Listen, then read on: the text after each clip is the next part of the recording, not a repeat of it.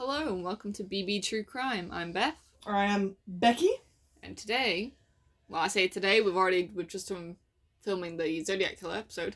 Do you know what? It's so us that we go, 2 months without recording anything and then we do 4 episodes in the space of 12 hours. Yeah, but it gives us, reserves. Honestly. So it's good. We are also planning on recording, hopefully, fingers crossed, if dates line up, a couple more, 2, maybe 4 if we've got the time. Yeah. More episodes in a few month. weeks, because I have a very, very couple of busy months coming up. I've got 2 birthdays, trip to see the father, and then 2 anniversary parties.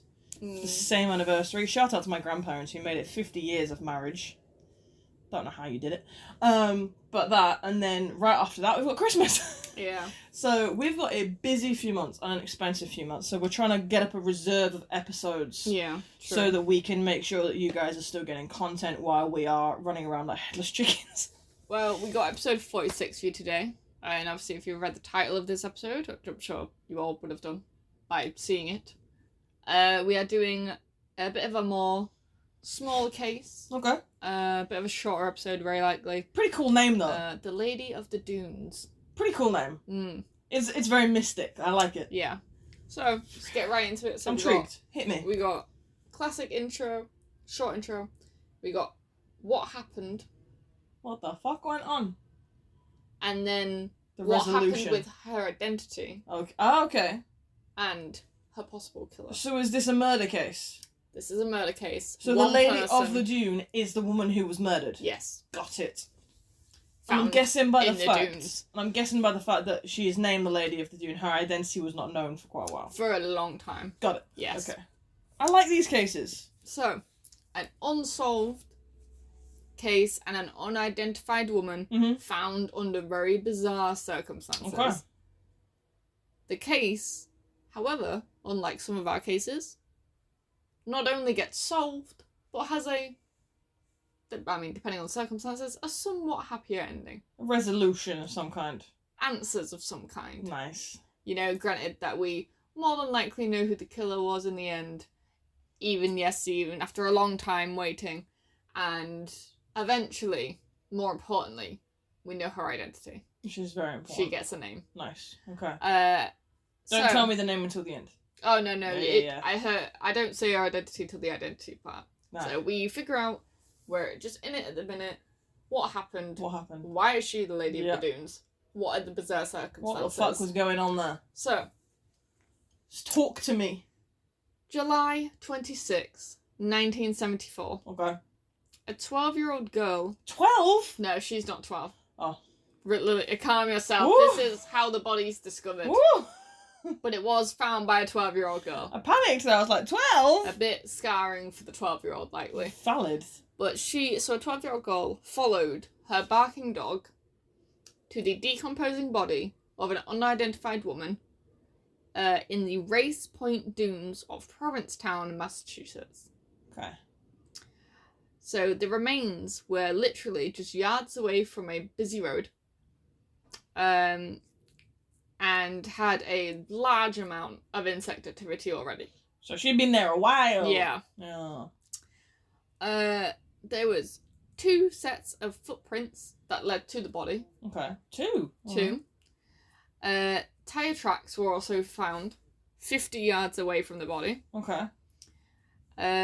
It's guesstimated she likely died 2 weeks before being found. Okay. That's time. But just out in the sun and the weather yeah. and shit. She's decomposing. Yeah. I'm just saying, Bones would love this case. She'd be all over this. Yeah. You know Bones? Well, I know you like the programme. Yeah. Temperance Brennan. She'd be all over. Decomposing body in the middle of nowhere with no identity. 2 weeks there. She'd be all over this like a rash. So obviously the dunes, or these dunes in particular, are like a beachy area. So she was laid face down on half of a beach blanket. Okay. So, probably she was rolled up in the blanket then. More than likely, yes. Got it. There was no sign of a struggle. So the police kind of theorised it's more than likely she knew her killer. Yeah. Or she'd been asleep when she died. Taken by surprise, didn't have time to defend herself. Yeah, kind of thing. Yeah. Obviously, we'll find out more than likely You know, I'm not No, going to don't spoil tell it. me, I'm don't not gonna tell spoil me. it, but it is one of those. Okay. More than likely at the end. So a blue bandana and a pair of Wrangler jeans were under her head. She had long auburn/red hair, Okay. pulled into a ponytail, and Got her it. toenails were also painted pink. Just a random little tidbit. Cute. She was approximately 5'6", weighed 66 kilograms, had a sort of athletic build. She had expensive dental work done. You know, cost, including like several £1,000 crowns. Okay. And that kind of thing. Shit. She had several teeth removed as well. Got it. Both hands and one forearm were missing completely. Gone. Got it. God, I lost where I was then. So they guesstimated she was also it's hard as well because she'd been there a while. So she's starting to decompose. Yeah. So they had to estimate she was between 20 and 49. So not a solid age, but... That is a large range. Yeah, but it was rough circumstances. You know, in the middle of the Yeah. sun, there's insects, you know, and she's decomposing. But still, that's a 30-year age gap. You know, some of her teeth are missing, harder to identify. Her hands are missing. Yeah, fingerprints too. So she had been nearly decapitated. Wow. Yeah. Possibly from strangulation. Strangulation, not sharp force trauma. Nope. Bro, the effort that must have taken. However, well, it's like they were like, yeah, we do think she'd be strangled. However, Okay. and this may have also contributed towards the nearly decapitation. Yeah. She, one side of her head had been crushed completely with what they suspect was some kind of like military typed entrenching tool. Don't know what the fuck that looks like, but you know, I'm just a tool is in my mind. Honey, in layman's terms, big shovel. Yeah. Entrenching tool is something that's used to create the dips. Oh in yeah, battlefield. I know. Yeah, I know what trenches are. So big shovel, big heavy duty shovel. Yeah. So the head injury. From the flat side of a shovel. Despite the fact that, you know, there was like possible signs of strangulation, the coroner sort of was like, probably the head injury did it, and you know the fact is probably, you know, almost decapitated. There's a lot of damage and trauma on that skull. Yes. And neck. Oh, like I said, she got missing limbs as well. You know what I mean? Both hands and one of the forearms completely gone. So we've completely eradicated fingerprints. Mm-hmm. She's severely decomposed. Yep. So facial recognition is not happening. Nope. Not to mention facial reconstruction would be incredibly difficult because I'm imagining the trauma probably to the head, smashed her head to smithereens. So also missing teeth. Yeah. Not all of them, I don't think. But probably enough to make dental matching difficult. Even with her expensive crowns. So somebody's gone to great lengths to try and hide someone's identity. For sure. That's purposeful action right there. There were also signs, unfortunately, of sexual assault. Yeah. Well, you find a practically naked lady. Post-mortem. So after her death. Look, I'm going to put it out there. Brother. I prefer that. Yeah, I can understand why. I can understand because why. At least then, the worst part of your life is you're not the being death. Traumatized. You're not alive to be traumatized. It's like not. It's not something you experience. Yeah. It's something that is unfortunate. It's a defamation of a corpse, but it is. Yeah, it's desecrating. Yeah, desecration of a corpse. Yeah, it is. Yeah. Not to mention fucking sick, but. Yeah. I have to say, from a psychological standpoint of the victim, I would prefer she not be alive. Also, this may be a bit crazy to say, but it is a fact. Obviously, rigor mortis sets in quite fast. Especially, like, if you're in front of the sun and that kind of shit. Either way, rigor mortis is quite fast. Yeah. So, I'm going to assume, obviously, I'm being a woman. I'm a woman, so, you know. But... I was one. You're gonna have to be fast doing that. because the chances of your dick getting stuck inside a body that is becoming, that is going through rigor mortis and it's tightening up. Does rigor and mortis getting affect stiff. the vagina? From things I've seen, I think so. If you've got a small dick. Oh yeah, there might not be a problem, I don't know. But I mean, if you're raping a corpse, chances are it's not that big. I mean, yeah, you could also... this is going to get really grim. But I was thinking, we've done killers before where they've gone back numerous times while it's been, Yeah, because left. you just got to wait for rigor mortis to stop. No, Which only takes a few hours. I'm going to say, like, this is going to be really grim, I'm so sorry. Is it going to be like, if you're doing the butt kind of thing? I'm not talking about, like, warmth or whatever. But when you do, like, the butt, you need to stretch it out, Otherwise, it's going to rip and it's going to be painful. But it's a body. It's, a dead body. I was going to say, the rip and the painful isn't going to be painful for you, though. So you're going to enjoy it. You could just be rough with that shit. Yeah. But you're going to be shredded down there. I just can't see that it's going to be pleasurable for someone. But I don't know. They might like the pain. Either way, sorry about that really grim tangent. But like I said, they're not going to feel the pain. All of the damage is incurred on the recipient. It's not like you're going to get, like, the warmth or the wetness, is it? It's the fact that you're fucking a corpse. Yes, yeah. People are fucked. Let's not go into the psychological enjoyment of fucking a corpse, Beth. There's a rabbit hole we don't need to go down. There was evidence of that post-mortem. Fantastic. Yeah, lovely. So, some investigators believe, like what you've said already, that the missing hands, some of the missing teeth, the forearm removal indicate that the killer was trying to cover his tracks, hide his identity, tattoo on hide the her identity. Forearm. Tattoos, identifying features are very good. True, but also it's like, is he trying to hide her identity because it might reveal his identity? Did he remove the forearm because he did something to her forearm that would reveal his, or lead to him? Exactly so. The woman ended up being buried in October 1974. The case went cold really fast. There just wasn't a lot there. I mean, after that much time, everything's been compromised. They don't really have DNA at that point. And the compromising of the scene before the body's been discovered is profound. Yeah. So the police, they pored over thousands of missing people, files and cases, lists of approved vehicles that had, possibly driven through the area. How are you supposed to narrow down? Yeah, but it also might be an unapproved vehicle. So, like... How are you supposed to know? You've got an age bracket of 20 to 50. Yeah. With an average height, average athletic build, and red hair. Yeah.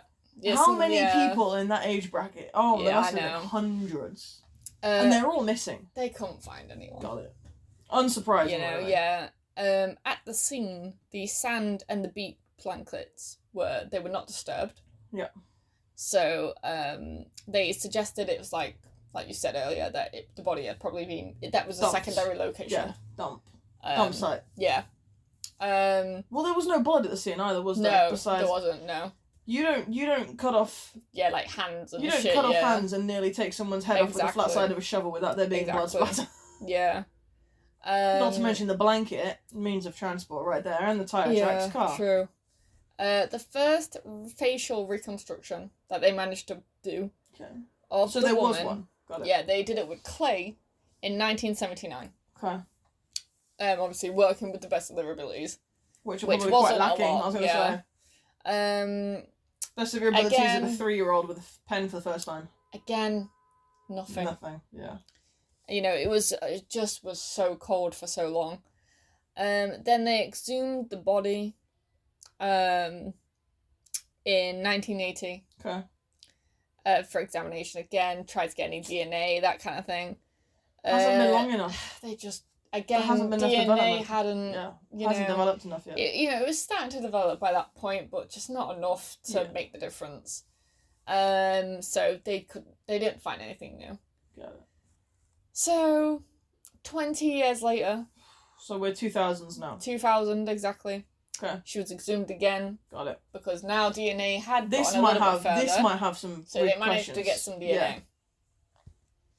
Yeah. But nothing. Nothing. But they did have DNA of her. Okay. But there are no matches. Just in case things, progress. No matches. No, nothing. Okay. May 2010. Okay, another decade. They did a CT of her skull. Okay. For reconstruction. To try and do like an updated thing. Yeah, because they've got computer programs now. So, they had lots of leads throughout all these years. What are we in? God, what year was this again? 1974 to 2010, roughly. How many years is that at least? 44. 40 something? Yeah. 44 years. So, like I said, there was lots of leads, lots of people. Is it this woman? It kind of looks like this woman.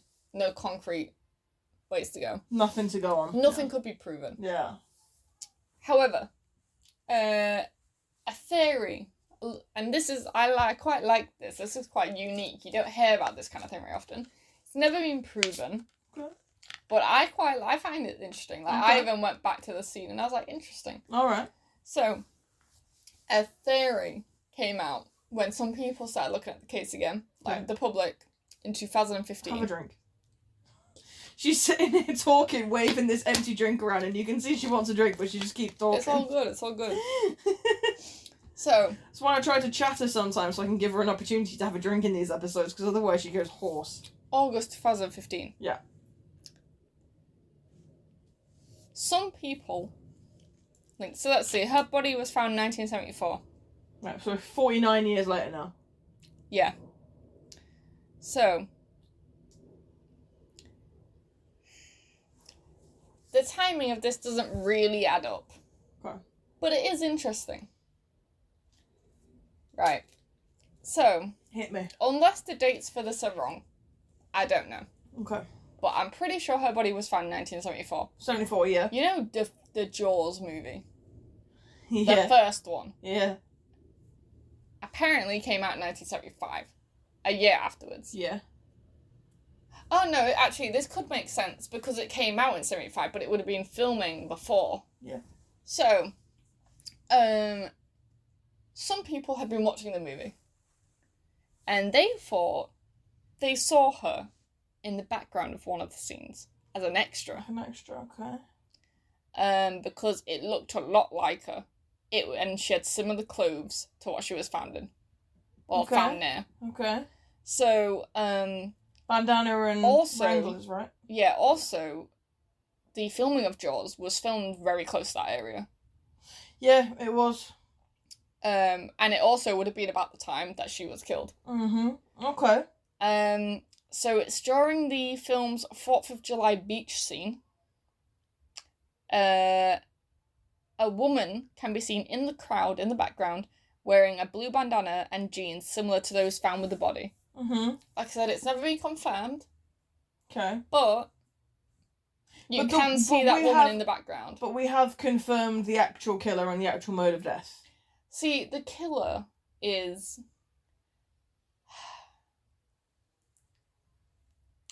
it's complicated because we've got who most likely is the killer. But it's who they have said this is a killer. Got it. But so we've got somebody identified as the person we think is the killer. Yes. But we haven't got a conviction and we haven't got a sentencing. No. Okay. So we have a probable... So this is a plausible theory. I quite like this. I think that's an interesting theory. And it's kind of weirdly haunting in a way. So the idea I'm guessing is that two male individuals from this set be them... Nope. If that's where you go, if I know where I think you're going, no. You're trying to say someone that was like a male person on set of Jaws killed her. On the set or an extra? No. No? Okay. No, it just... I think people like it because it's a little bit haunting to see if that is her last moments alive has now been captured in the background of this film, right before she is killed, in the clothes that she is killed in. But it's interesting though, because you specified that it was a beach blanket she was dropped in, which are probably a bit of prop of some kind on the set. Maybe, but maybe not. They might just, she might have just owned it. Maybe. But yeah, we'll get there. So, but yeah, I like that little thing. I'm not saying for sure it is her. We don't know. Like I said, it's never been proven. But I think that's quite interesting. A little bit haunting. So I'm really tempted to go and watch Jaws now that when you go home. Exactly, yeah. We can find that scene afterwards. See if we can try and find that screenshot of her. So, let's get into who this woman is. Okay, please. Give me an identity. Her identity was confirmed in 2022. Yeah. 3 years ago. 3 years ago. Oh. I told you it was recent. I thought you meant like 2012. So how long is that? 1974. 2022. 48 years later? So... No, it's got to be longer than that. Yeah. 2022. Oh, no, it will be about 49 years later. Yeah. They had the DNA profile from the skeleton. Okay. And they managed to use all the DNA they collected to make one complete. No, they linked it to any distant relatives. Oh, and they found someone. Okay. So we're doing familial profiling. Yes. Got it. Well, at that point, she probably would have had a lot of relatives because that's 50 years past now. So, October 31st, 2022, the FBI officially confirmed the identity of the lady in the dunes known as Ruth Marie Terry. Ruth Marie Terry? I do have a picture also. Okay. For at the end. So, a bit about Ruth. Mm-hmm. And her killer will be put into this. Got it. Ruth was born on September 8th, 1936. So, how old would she have been in 1974? Mid-30s. Mid-30s. So she would have been smack bang in the middle of the age range then. Exactly. In a mountainside shack in Whitwell, Tennessee, to Johnny and Eva Terry. Her mum died pretty young at the age of 23. In 1957... This is 20 years, roughly. Yeah, she had a very short-lived marriage in her town where she'd grown up. Decided to leave town. Okay. Start new. Got it. So in 1958, she gave birth to a son. Okay. Richard, but was unable to take care of him, bring him up because of financial difficulties. Got it. So adoption? She allowed, actually, the superintendent of her workplace, Richard Hanchett Sr., to adopt her son. So basically, she's a work colleague adopt her son. Got it. In return for him paying off her expensive. And then she moved to California. Okay. Controversial, but fair enough.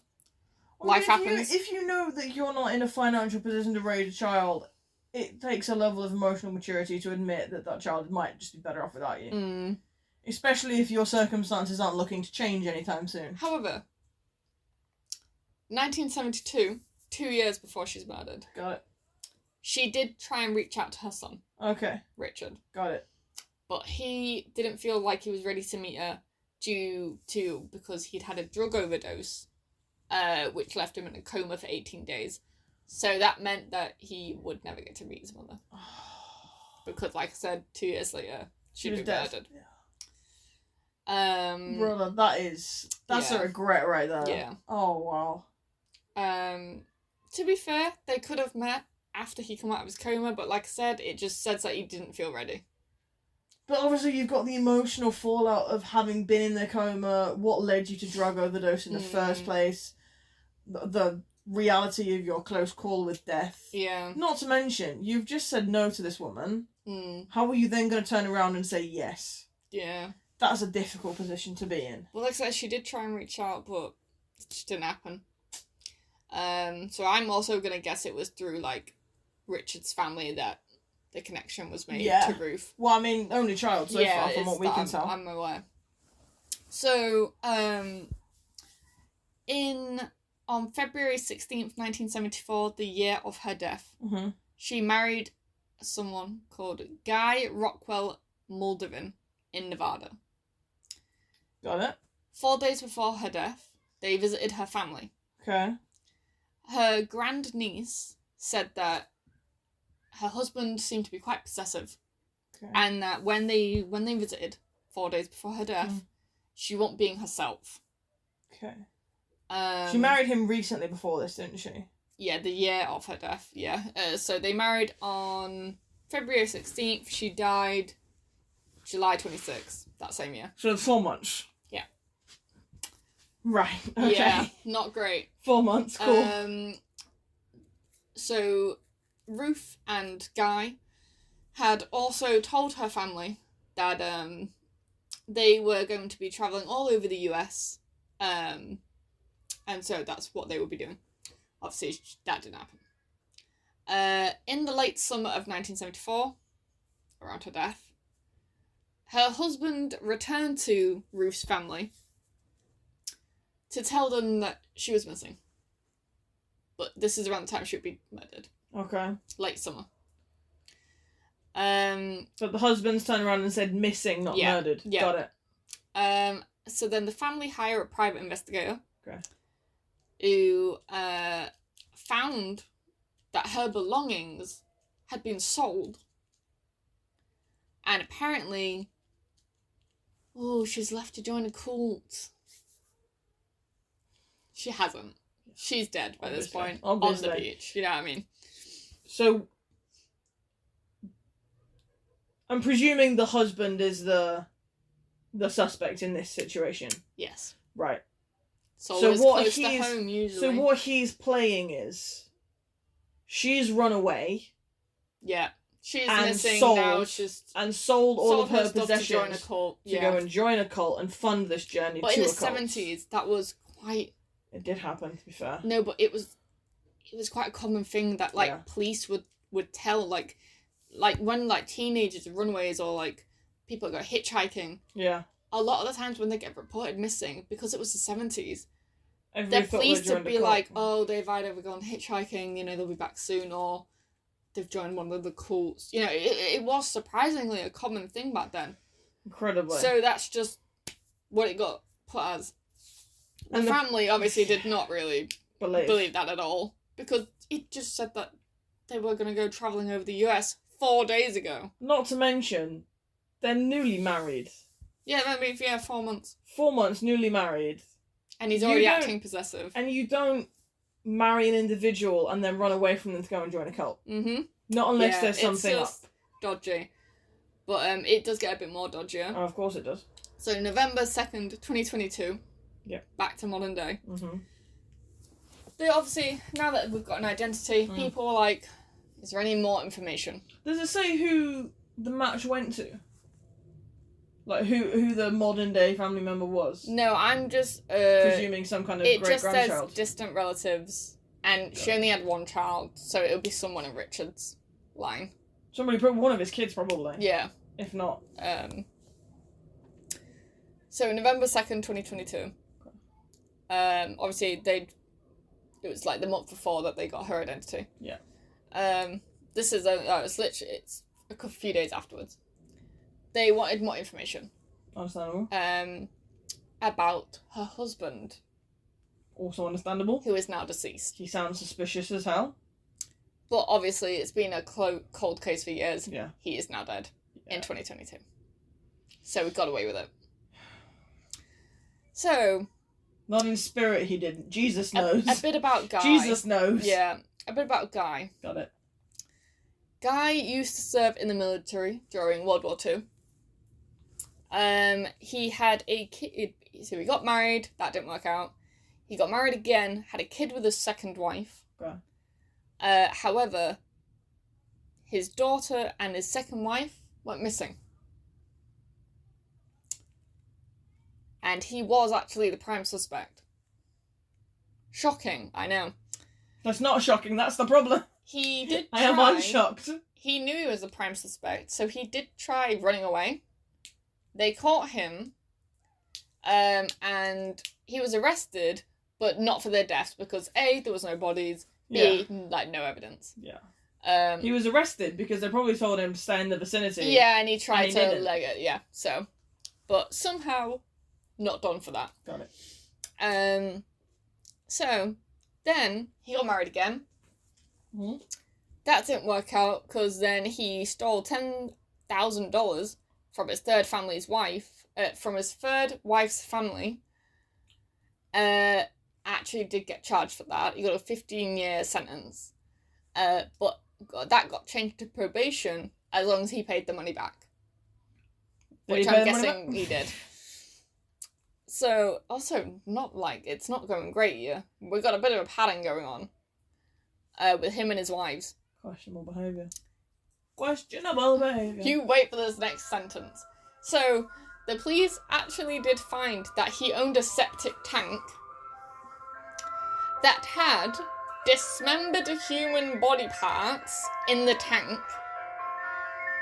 Sorry about the ice cream truck, boys. For some reason, it's right outside my window. Yeah, it's really awkward. Maybe we should have paused that.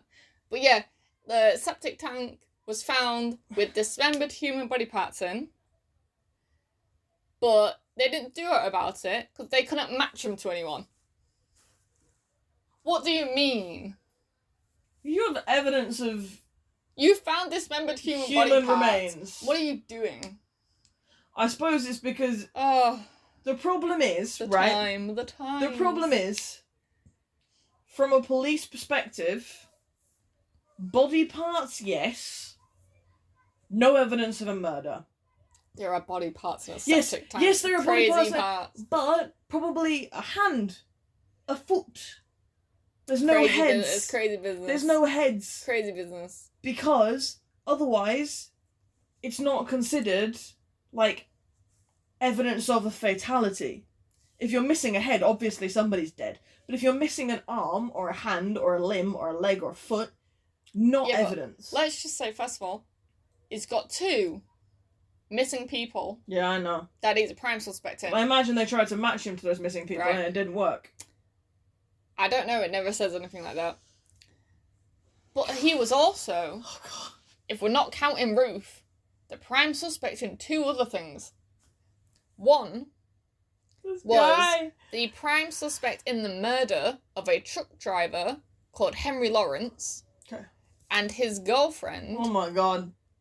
A 17-year-old waitress, Barbara Kelly, in 1950. He was prime suspect. But nothing ever came of it. He then moved to California. This is later in life. Okay. Obviously, Ruth has been killed, prime suspect in that. Yeah. Well, granted, not at the time, but yeah, not evidence. But in later life, having got away with everything, he moved to California and retired.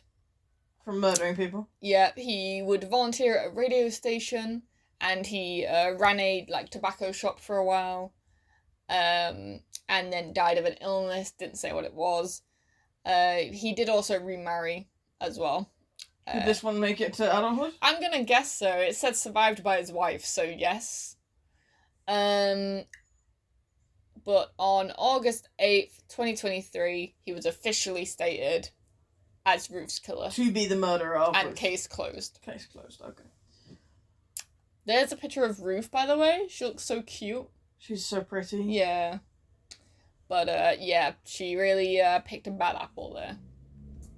But that guy sounds low-key like a serial killer, so... Pretty good one, to be fair. Yeah, you got away with it. Just like Zodiac Killer, actually. Wow, the past 2 cases and the other 2 before really have, matching themes, low-key a little Yeah, bit. so we've got murderers who got away with their crimes today, Mhm. and then yesterday we had, is murder ever justifiable? Yeah. Yeah. It's interesting. Unintentional. I like the fact that we got an actual named assailant in this one. I'm glad we at least just got her named. Ruth the Lady is the Lady of the Dunes. But also, wild, just how she was found, what he did to her body. Quite grim. But typical serial killery, isn't it? You know what I mean? But it says it speaks volumes the lengths he went to hide her identity. I wonder Because what he knew that if they was True. identified, he would... It wasn't until they identified her Yeah, that but he it became a is suspect. when a husband or wife or a partner gets killed, the It's a spouse. yeah, is number 1 suspect. But it's there's been nothing I could find about what the motive was with Ruth. I mean, honestly, it But might just even- have been a fit of rage. Even for his other ones, Yeah. other people he's prime suspect in. He doesn't no sound. motive. He doesn't sound to be like somebody who has that's a great what control of his temper. Yeah, though. but that's what makes it seem serial killery. A, that's over 3 people. B, it's over a long period of time. C, 5 people. I said it's over 3. Oh. I thought you said 3 people, my bad. No. So we're 5 people over decades. Yes. Which Max is. So he is a serial killer, basically. Yeah. Yeah. And different locations as well. Yeah. But yeah, no. And also, they don't always need motives, serial killers. Sometimes because they see an opportunity and they take it, yeah. Yeah, they're hard to figure out, yeah. I mean, yeah, unfortunately, yes, we've got the name of Ruth and we've got the potential name of the killer, yes. But at the same time, it doesn't really give us answers, does it? No, but I think this is the most answers, really, we will get. I mean, we got the important answer. Yes. Because there's no reason in knowing every tiny little microscopic detail that was done to her and how and why if we don't have her name and we don't have the assailant's name. True, but the motive would be quite interesting to know. There might not be one. They were only married 4 months, you know what I mean? But it's like you said, like, I definitely feel like she might have been a victim of domestic violence. Could have also been a little bit of money because they'd sold the belongings. So financial difficulties. Neither of them seem to be particularly flush for cash. At no point did you mention any jobs. He was described as possessive when they went to meet her family 4 days beforehand, and that she was acting weird. So I feel like there's a lot of reasons. There's a lot people don't know about other people's marriages. Like, you never truly know what's going on. But it is. Yeah, he probably killed his second wife and their child. But what about that random couple? That's what I'm confused about. Because the wife woman, and the kid, and then Ruth. The girlfriend, the random girlfriend, is the trucker's girlfriend is classed as missing. But the trucker is deceased, is murdered. So likely his body was found, but hers was never. So there's a chance he took her body and had a little bit of play with it as well. Maybe ended up in the septic tank. Don't know. That's wild. That's actually wild. So, the lady in the dunes. The lady in the dunes. Ruth. Yeah. Good old Ruth. Well. Yeah, nice little short one for you today. To be fair, it was a little short one, to be fair. But it was still a good one. Yeah. We've done a couple of long ones, though, this weekend. Yeah, we have, yeah. There's been a lot of gabbing going on this weekend. True, but, people like it. It's been a good one. It's been a good one. It's a shame, really. I mean, and she never actually did anything particularly. No. And it's also a shame about her son never getting to meet her. Yeah, very sad. Especially so close to the time as well, like... Yeah, 2 years before literally only a few years later, she was dead. Like, there would have been an opportunity probably for him to have reached out, and he probably didn't take it thinking he had more time. Yeah, and you just never know, do you? No. One of them things. It is. So. That was a good case, I enjoyed that. Yeah, I'm glad. So this has been BB True Crime. Hello, Becky. And that is Beth. I am Beth. You are. I am. She is the author of all these episodes. We're trying. Well, We'll also, we talked about doing a episode where Becky tells me about a sort of mafia type thing at some point. So I'm gonna be the DJ. We'll see how that goes. Might do that for the 60th, maybe. Yeah, could do. Could do that. And then that'll give me time to fucking write it. Or between the 50s and 60s, because the special episodes are normally 3 small cases. That's what I was planning on doing there. Oh, fair enough. Yeah, all three mafia mysteries. I was thinking. Yeah, they've got to be small ones though, because it's got to be like below an hour and a half. Fits in 3 small cases. Yeah, no. I've listened to enough of your episodes. I know how it works. Excuse me, you're part of the episodes. I know, but you write them. I know how you structure them. I do. Yes. I figured it out. Don't worry. There's a method to your madness. But yeah, I cannot remember off the top of my head what the next 2 episodes are. But either way, if you like what you heard, thank you for listening. Thank you. See you later. Take care of yourself. Don't go near any strange men with anger issues. Yeah, probably true. Goodbye.